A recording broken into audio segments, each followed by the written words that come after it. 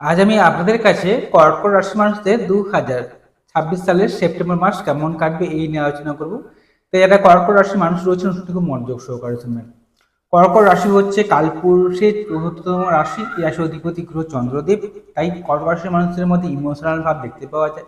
অত্যন্ত আবেগপ্রবণ হয়ে থাকেন কর্কট রাশির মানুষেরা। এদেরকে বাইরে থেকে দেখলে কঠিন এবং কঠোর মনে হলেও এরা ভিতর থেকে অত্যন্ত নরম হয়ে থাকেন।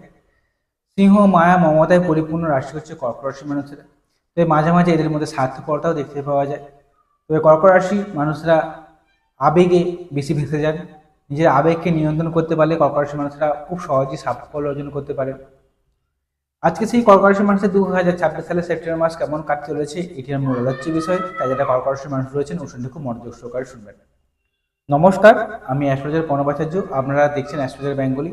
এই চ্যানেলে আপনাদের সবাইকে স্বাগত জানাই। আপনারা নতুন হয়ে থাকা চ্যানেলটিকে সাবস্ক্রাইব করবেন, বেল চিহ্ন টিপবেন, অল নোটিফিকেশনে ক্লিক করে দেবেন। এর ফলে প্রত্যেকটি ভিডিও আপলোড করা মাত্রই আপনারা সবার আগে নোটিফিকেশনটি পেয়ে যাবেন।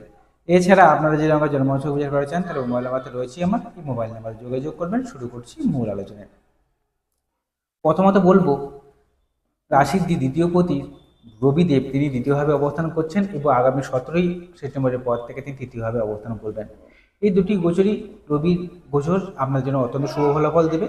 কোন দিক থেকে না, একদিকে আর্থিক উন্নতি হওয়া, আর্থিক প্রাপ্তি, এমনকি আপনার কথার মধ্যে একটা গরম ভাব থাকবে বা প্রভাব থাকবে মানুষের উপরে। এই প্রভাব খাটিয়ে আপনি অনেক কিছু কাজ উদ্ধার করতে পারবেন।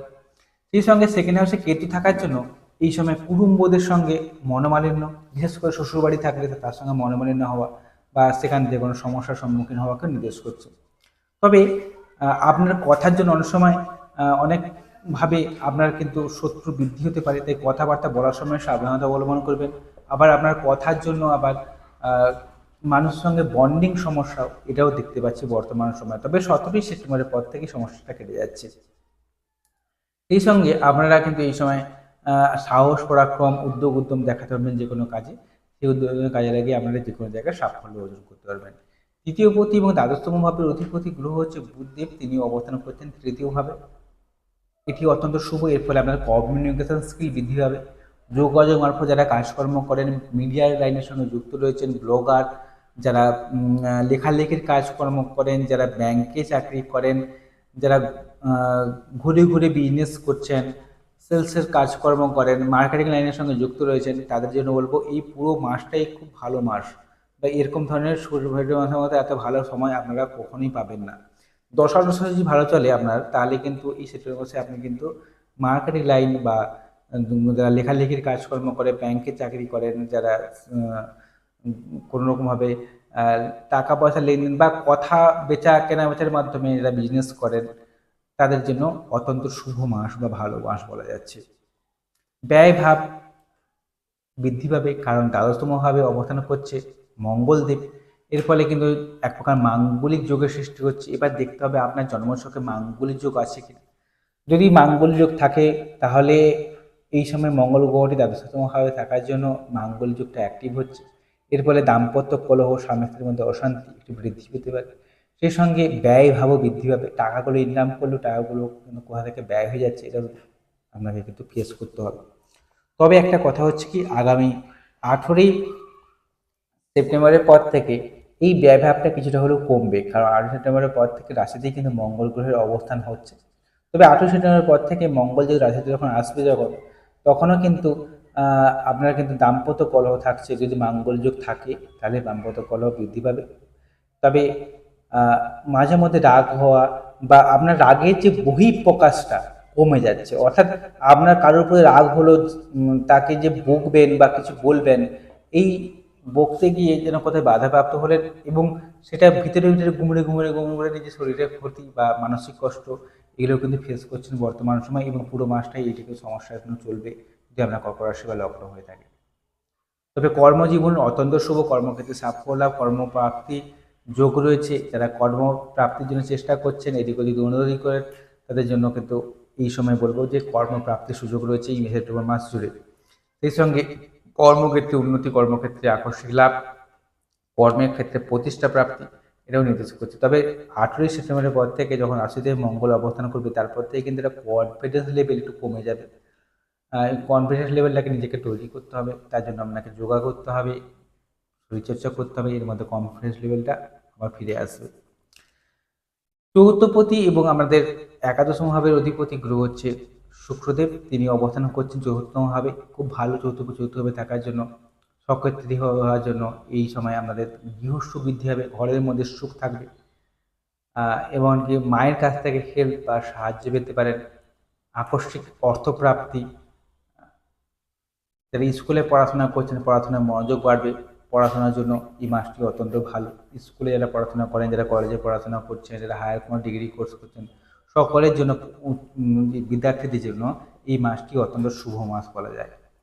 যারা প্রেম করছেন, প্রেমের মধ্যে ভুল বুঝাবুঝি কিছুটা হলেও কমবে, দুজনের মধ্যে সম্পর্ক ভালো থাকবে। যারা প্রেম প্রস্তাব দিতে চান এই মাসে দিনগুলোতে খুব ভালো সময় প্রেম প্রস্তাব দেওয়ার জন্য, অনেকে বিবাহের যোগাযোগও পর্যন্ত আসবে।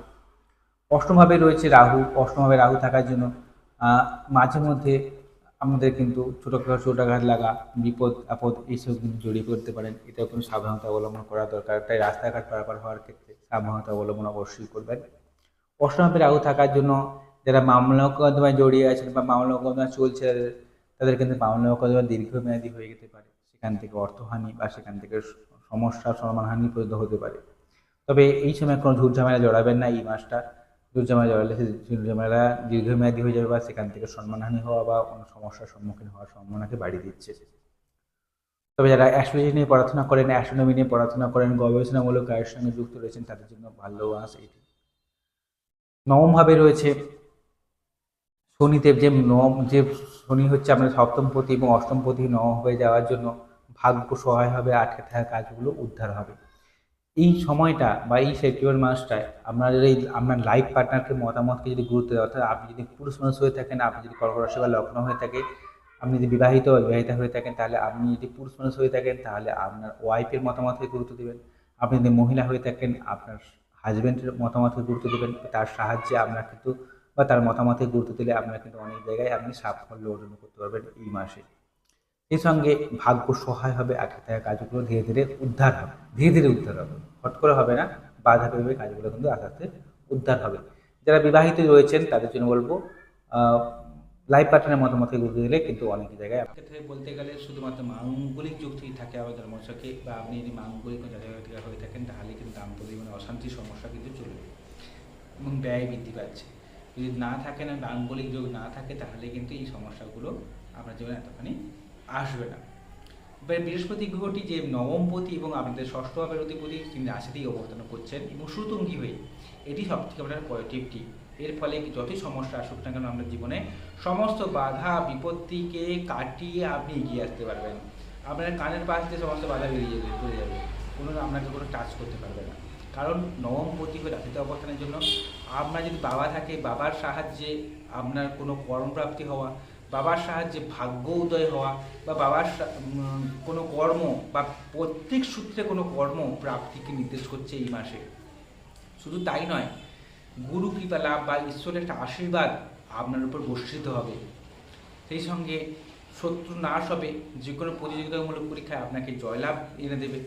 রোগ অসুখ বিসুখ থেকে আপনি দ্রুত আরোগ্য লাভ করবেন। স্কুলে যারা পড়াশোনা করে বা বিদ্যার্থীদের জন্য এই মাসটি অত্যন্ত শুভ মাস বলা যাচ্ছে। তবে এইটুকুটি আমি শেষ করছি, কারণ বেশি বলতে গেলে ভিডিওটি দীর্ঘমেয়াদী হয়ে যাবে। যদি কোনো প্রশ্ন থাকে অবশ্যই কমেন্ট করবেন, কমেন্ট করলে আমি উত্তর দেব।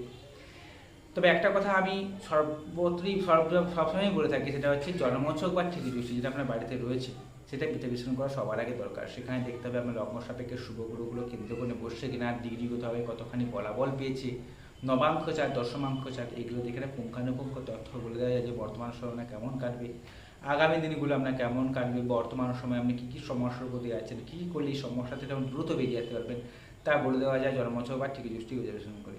তাই অতি অবশ্যই আপনারা আমাদের জন্মছক বা ঠিকই দৃষ্টিকে বিশ্লেষণ করবেন। আপনারা যদি আমাকে জন্মছক বিচার করতে চান তাহলে মোবাইল নাম্বারটা রয়েছে আমার, এই মোবাইল নাম্বারে যোগাযোগ করবেন। যদি শুনতে ভালো লেগে থাকে চ্যানেলটিকে সাবস্ক্রাইব করুন।